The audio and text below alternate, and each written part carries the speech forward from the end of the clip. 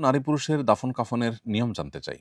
ইসলামী শরিয়ার দৃষ্টিকোণ থেকে যে সমস্ত বিষয়গুলো সমাজের মানুষের উপরে ফরজে কেফায়া হিসাবে আরোপ হয়ে থাকে, আল্লাহর পক্ষ থেকে নির্দেশিত বিষয়গুলো থাকে, তোমার থেকে একটা হলো কোনো মুসলিম মারা গেলে তাকে দাফন কাফন এবং জানাজার ব্যবস্থা করা। এটি সমাজের কিছু মানুষ যখন করেন তখন সবার পক্ষ থেকে আদায় হয়ে যায়। আর যদি সমাজের কোনো মানুষ কোনো মৃত মুসলিমের এই হকগুলো আদায় না করে, এই কাজগুলো করে না দেয়, তাহলে সেক্ষেত্রে গোটা সমাজের মানুষ গুনাহগার হয়ে যায়, সবাই আল্লাহর কাছে জবাবদিহির মুখোমুখি হয়।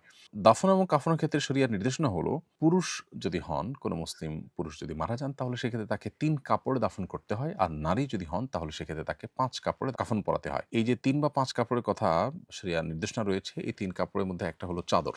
প্রথমে বড় একটা চাদর খাটিয়াতে রেখে তার উপরে পুরুষ হলে তার জন্য একটি লুঙ্গির মতো করে আপনার কোমর থেকে নিয়ে একেবারে নিচ পর্যন্ত লুঙ্গির মতো করে আরেকটা কাপড় বিছানো, তার উপরে আরেকটা কাপড় হলো জামার মতো করে, যেটা জামাতে সাধারণত যেরকম সাইজ থাকে ওরকম সাইজে আপনার কাঁধের নিচ থেকে নিয়ে নিচ পর্যন্ত আরেকটা কাপড়, অর্থাৎ ৩ টুকরো কাপড় দিয়ে তার উপরে লাশ রেখে তারপরে কাপড়গুলোকে আগে বাম পাশ থেকে পরে ডান পাশ থেকে পেঁচিয়ে দিয়ে তারপরে গিরা দিয়ে বেঁধে দেওয়া, কোমরে মাথা যেখানে গিরা দেওয়া প্রয়োজন সেখানে গিরা দেওয়া। তো এটা হলো পুরুষের ক্ষেত্রে প্রযোজ্য ৩টা কাপড়। একটা হলো বড় চাদর, যেটা সবচেয়ে বাইরে থাকবে, এরপরে একটা লুঙ্গি আর একটা জামা, অর্থাৎ জামার সাইজে সাধারণ কাপড়, যার সাইজটা জামার হবে, যাতে করে পেঁচিয়ে দিলে জামায় যতটুকু শরীর আবৃত হয় সে ততটুকু আবৃত হয়, লুঙ্গিতে যতটুকু আবৃত হয় ততটুকু যেন আবৃত হয়, চাদরে পুরা লাশটা যেন আবৃত হয়ে যায়। আর যদি মৃত মানুষ কোনো মুসলিম নারী হন, তাহলে সেক্ষেত্রে তার জন্য আরো ২টি কাপড় অতিরিক্ত ব্যবহার করার নির্দেশনা রয়েছে। তার একটি হলো মাথার ওড়না, সেটা হলো মাথা থেকে নিয়ে সামান্য আরেকটু বড়, যেটা সাধারণত ওড়না হয়ে থাকে, ওই রকম কাপড় দিয়ে একটু পেঁচানো। আর আরেকটা হলো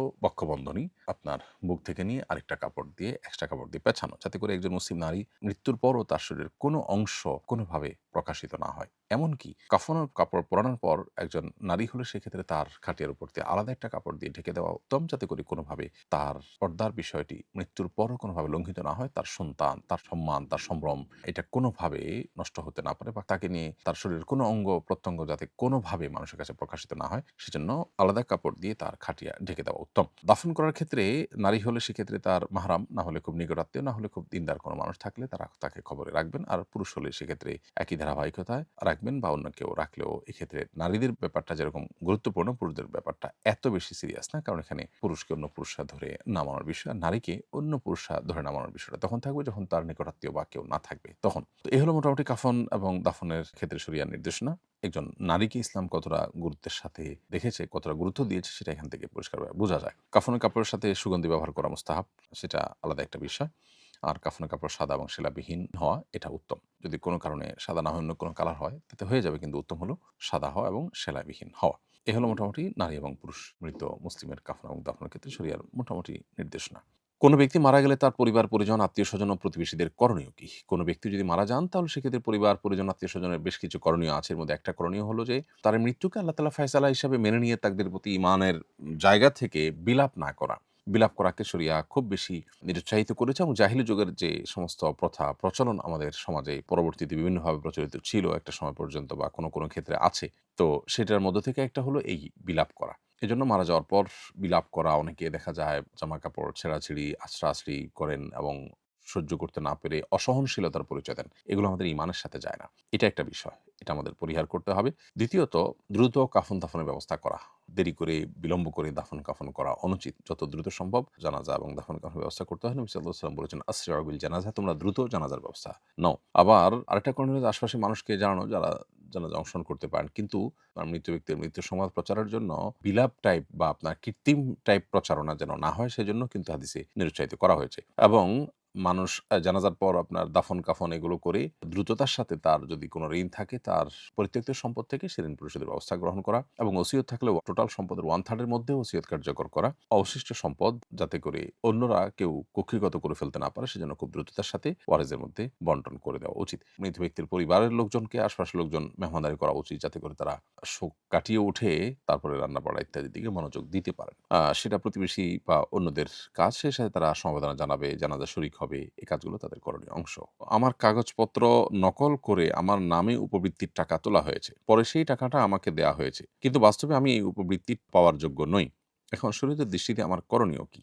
এর উত্তর হলো যে আপনি যেটার যোগ্য নন, কিন্তু নকল কাগজপত্র দিয়ে আপনার জন্য সেই সুযোগ সুবিধা আদায় করা হয়েছে, এটি অন্যায় করা হয়েছে। যারা এটি করেছেন তারা গুনাহের কাজ করেছেন। আর আপনি একজন মুসলমান হিসাবে আপনার দায়িত্বশীলতার জায়গা থেকে এটি আপনি ভোগ করতে পারেন না। কারণ এটি আপনার হক নয়, অধিকার নয়। অতএব এই অন্যায়ভাবে যেটি তোলা হয়েছে সেটা আপনি ভোগ করতে পারবেন না। বরং যে প্রতিষ্ঠান থেকে তোলা হয়েছে সেই প্রতিষ্ঠানে এটি ফেরত দেয়ার ব্যবস্থা গ্রহণ করতে হবে। ওয়াকফের জমি পরিবর্তন করা যাবে কিনা? আমার নানা রাস্তার পাশে একটি জমি কবরস্থানের জন্য ওয়াকফ করে গেছেন। এখন আমরা চাচ্ছি এই জমির পরিবর্তে রাস্তা থেকে তুলনামূলক দূরে অবস্থিত আরেকটি জমি কবরস্থানের জন্য নির্ধারিত করতে। এমনটা করা যাবে কিনা? উত্তর হলো না, ওয়াকফের জমি পরিবর্তন করা যাবে না এবং যেটা ওয়াকফ করে গেছেন কেউ সেটা আর বিক্রিও করা যাবে না, পরিবর্তনও করা যাবে না। এটা যে জন্য ওয়াকফ করে গেছেন সেটার জন্যই ফিক্সড হয়ে যাবে এবং এক্ষেত্রে পরবর্তীতে ওয়ারিসরা পরিবর্তন বা চেঞ্জ করার অধিকার সংরক্ষণ করেন না। পরিষ্কারভাবে সহিহ মুসলিম হাদিসে নবী সাল্লাল্লাহু আলাইহি ওয়াসাল্লাম এ ব্যাপারে নিষেধাজ্ঞা আরোপ করেছেন। যে বাড়িতে কেউ মারা যায় সে বাড়িতে নাকি ৩ দিনের ভেতর চুলায় আগুন ধরানো যায় না। এ বিষয়ে ইসলাম কি বলে? এটা সম্পূর্ণ কুসংস্কারাচ্ছন্ন কথা। কোনো বাড়িতে কোনো মানুষ মারা গেলে সে বাড়িতে আগুন ধরানো যাবে না, এমন কোনো বাধ্যবাধকতা নেই। তবে এটা ঠিক যে মৃত ব্যক্তির পরিবার যেহেতু শোকার্ত থাকে, এজন্য আশপাশের লোকদের কর্তব্য তাদের জন্য খাবার পাঠানো। যাতে করে তাদের রান্না করতে না হয় বা রান্না করার মতো মানসিকতা তাদের থাকে না, সেজন্য তাদের পাশে দাঁড়ানো দরকার। নবী করিম সাল্লাল্লাহু আলাইহি ওয়াসাল্লাম তার একজন নিকটাত্মীয় মৃত্যুর পর অন্যদেরকে নির্দেশ করেছেন যে তোমরা তাদের জন্য খাবার প্রস্তুত করো। কারণ তাদের যে শোক চলছে সেই শোকের কারণে তারা আসলে রান্না করা মতো মানসিক অবস্থায় নেই। তো এটা তো ভিন্ন জিনিস। কিন্তু ওই বাড়িতে চুলোই জ্বালানো যাবে না, ধরালে গুনাহ হবে, এরকম কোনো কথা কোরআন হাদিসের কোথাও বলা হয়নি। এটি নিছকই আমাদের সামাজিক কুসংস্কারগুলোর একটি। সরকারি চাকরিজীবী হিসেবে বরাদ্দ পাওয়া বাসার এক রুম যদি ভাড়া দিয়ে রাখি তাহলে শরীয়তের দৃষ্টিতে কোনো অসুবিধা আছে কিনা? সাধারণত সরকারি চাকরিজীবীদের যে বাসা দেওয়া হয়, এই বাসা ভাড়া দেওয়ার কোনো অধিকার বা সুযোগ থাকে না। কারণ এই বাসাটা তাকে শুধু ভোগ করার জন্য দেওয়া হয়, এটা ভাড়া দেওয়ার অনুমোদন থাকে না। অতএব এই বিধিমালা লঙ্ঘন করে আপনি সেটিকে ভাড়া দিতে পারেন না। আর যদি কেউ আপনি কোনো জায়গায় চাকরি করেন বা কাজ করেন সরকারি, বেসরকারি যেকোনো প্রতিষ্ঠানে, আর আপনাকে ওই বাসা থাকতে দেওয়া হলো এবং আপনি ভাড়া দিতে চাইলে সে অধিকারও আপনাকে দেওয়া হয়। যদি সেরকম থাকে তাহলে সেক্ষেত্রে আপনি অবশ্যই করতে পারেন। আমি একটা ছাত্রী হলে থাকি। এখানে হলেরই কিছু বন্য টাইপ বিড়াল আছে। আমার রুমে ঢুকে শিলপাটায় পেশাব করে দিয়েছে। এর আগেও সে অনেক জায়গায় পেশাব করেছে। কোনোটাকে দেখে সাথে পরিষ্কার করেছি, কোনোটা বুঝে উঠতে পারিনি। প্রশ্ন হলো বিড়ালের পেশাব করা এই পাটা কি আমি ইউজ করতে পারবো? পারলেও সেটা কিভাবে পবিত্র করব? উত্তর হলো যে এইটা আপনাকে পবিত্র করতে হবে। পবিত্র করে আপনি ব্যবহার করতে পারেন। ৩ বার ভালো করে ধুয়ে নিলে পাক হয়ে যাবে। এরপর আপনি এটা ব্যবহার করতে কোনো অসুবিধা নেই। মিথ্যা তৈরির জন্য মিথ্যা বলে কারো থেকে ইনভেস্ট নিয়ে ব্যবসা করলে সেটা তার লভ্যাংশ হালাল হবে কিনা? উত্তর হলো যে মিথ্যা সর্বাবস্থায় হারাম। অতএব আপনার ইনভেস্ট আদায় করার জন্য মিথ্যা বললে সেটা পরিষ্কারভাবে হারাম। মানুষ তো মিথ্যা এই জাতীয় কোনো স্বার্থের কারণেই বলে।